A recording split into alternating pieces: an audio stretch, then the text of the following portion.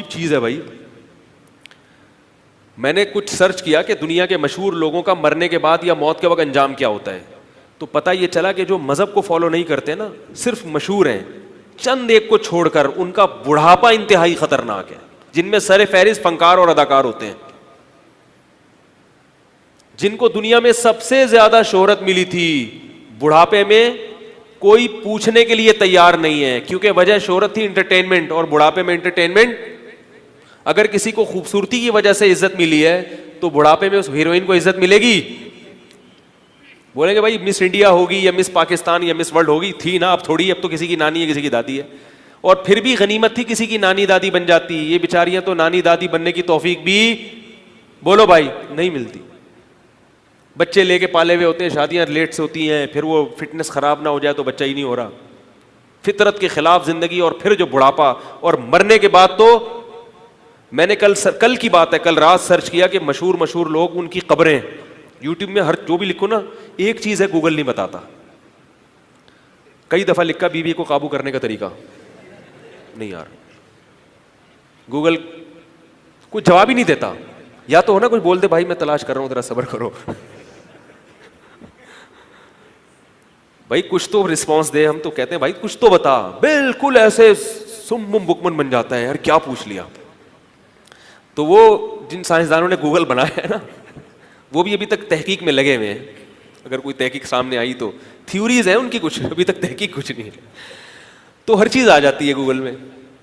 تو میں نے لکھا, میں نے کہا یار ان کی قبریں, تو پاکستان کے مشہور کچھ اداکار تھے, ہم بچپن میں ڈرامے دیکھا کرتے تھے, اللہ تعالیٰ بعد میں اللہ نے ہمیں توبہ کی توفیق دے دی, تو ڈرامے ورامے دیکھا کرتے تھے. ہمارے زمانے کے کچھ اداکار تھے, ان کے نام لکھ کے میں نے سرچ کیا, پتہ چلا ایک کی قبر پتہ نہیں کہاں ہے, اور اس قبر پہ کوئی بھی نہیں جا رہا. تو ایسی ویران قبریں, کوئی فاتحہ پڑھنے بھی نہیں جاتا ان کے اوپر. تو یہ اس لیے بھائی دنیا کی بھلائی بھی کس میں ہے؟ شریعت کو فالو کرنے میں ہے. دنیا بھی مزے کی گزرے گی, اور پیچھے لوگ مرنے کے بعد دعائیں مانگنے, فنکاروں کے لیے دعائیں نہیں مانگی جاتی مرنے کے بعد, اوپر سے کچھ قرآن خوانیاں ہو جاتی ہیں ٹوپی ڈرامہ دکھانے کے لیے دنیا کو. بس ہم بھی آئے تھے, ٹھیک ہے, اپنی تصویر کھنچوا لی, میں بھی آیا تھا, آ گیا اخبار میں جا رہا ہوں, السلام علیکم. یہ ہوتا ہے, دل سے کوئی دعائیں نہیں مانگتا. لیکن اگر اپنے گھر کو میں دین لے کر آئے, مرو گے تو ساری زندگی بچے دعائیں مانگتے رہیں گے. ان کو پتہ ہے ہماری دعا جب تک قبول نہیں ہوگی, جب تک والدین کے لیے دعا نہیں کریں گے, ہم قبول نہیں ہوگی ہماری دعا. دعائیں مانگیں گے آپ کے لیے, یاد کریں گے آپ کو. دین کا رشتہ کبھی بھی ختم نہیں ہوتا, کبھی بھی ختم نہیں ہوتا. تو ہمارے جب والد صاحب کا انتقال ہوا نا, تو مجھے اتنا غم تھا, مجھے سکون نہیں آ رہا تھا. ہمارے استاذ نے ایک جملہ بولا, انہوں نے کہا بھائی یہ رشتہ ختم تھوڑی ہوا ہے, وہ پہلے وطن پہنچ گئے, آپ تھوڑی لیٹ پہنچ رہے ہو, اگلے ٹرین سے آپ پہنچ رہے ہو, تو برزخ میں ملاقات ہو جائے گی. تو مجھے اتنی تسلی ہوگی بھائی ختم تو ہوتا ہی نہیں ہے. تو ہندو کہتے ہیں ختم, ہندو بھی کہتے ہیں اگلے جنم میں ملاقات ہوگی, لیکن وہ اتنی خطرناک ملاقات کرواتے ہیں کہ آدمی کہتا ہے ملاقات, وہ کہتے ہیں اگر برے اعمال تھے تو گدھے بھی بن سکتے ہو. اب ابا کے اچھے اعمال تھے, وہ جناب بادشاہ بن گئے, اور آپ کیا بن گئے؟ گدھے بن گئے. تو عجیب سا ہو جائے گا نا.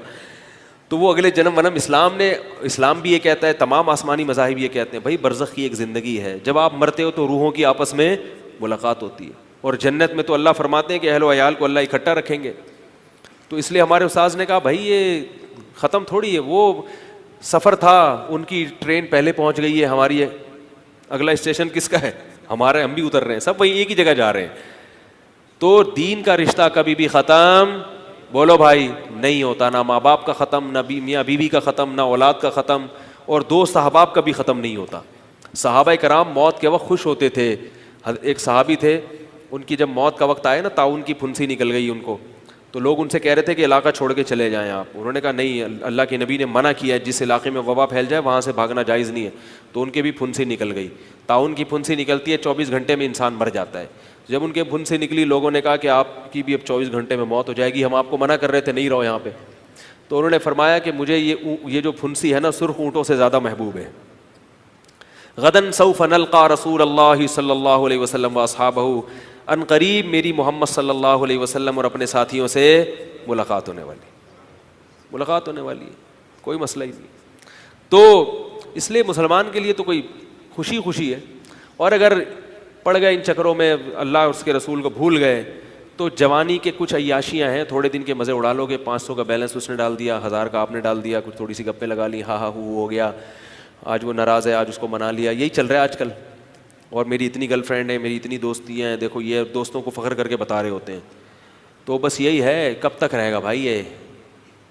وہ مشہور واقعہ ہے نا, جوانی میں حسینوں کے نمبر ہوتے ہیں اور بڑھاپے میں حکیموں کے نمبر ہوتے ہیں. بڑھاپے میں پھر بولو گے یار میرے پاس 4 حکیم ہیں, یہ والا بڑا خاندانی حکیم ہے, یہ بڑا ٹائٹ حکیم ہے, یہ اس سے بھی ٹائٹ حکیم ہے, اور ایک گردوں کا ڈاکٹر بھی رکھا ہوا ہے میں نے محلے میں, اور ایک ہے ہر وقت میری شوگر چیک کرتا رہتا ہے. یہ ہو جائے گا, سب کے ساتھ ہوتا ہے. تو بہتر ہے کہ پہلے انسان کا بچہ بن جائے آدمی. کیا خیال ہے؟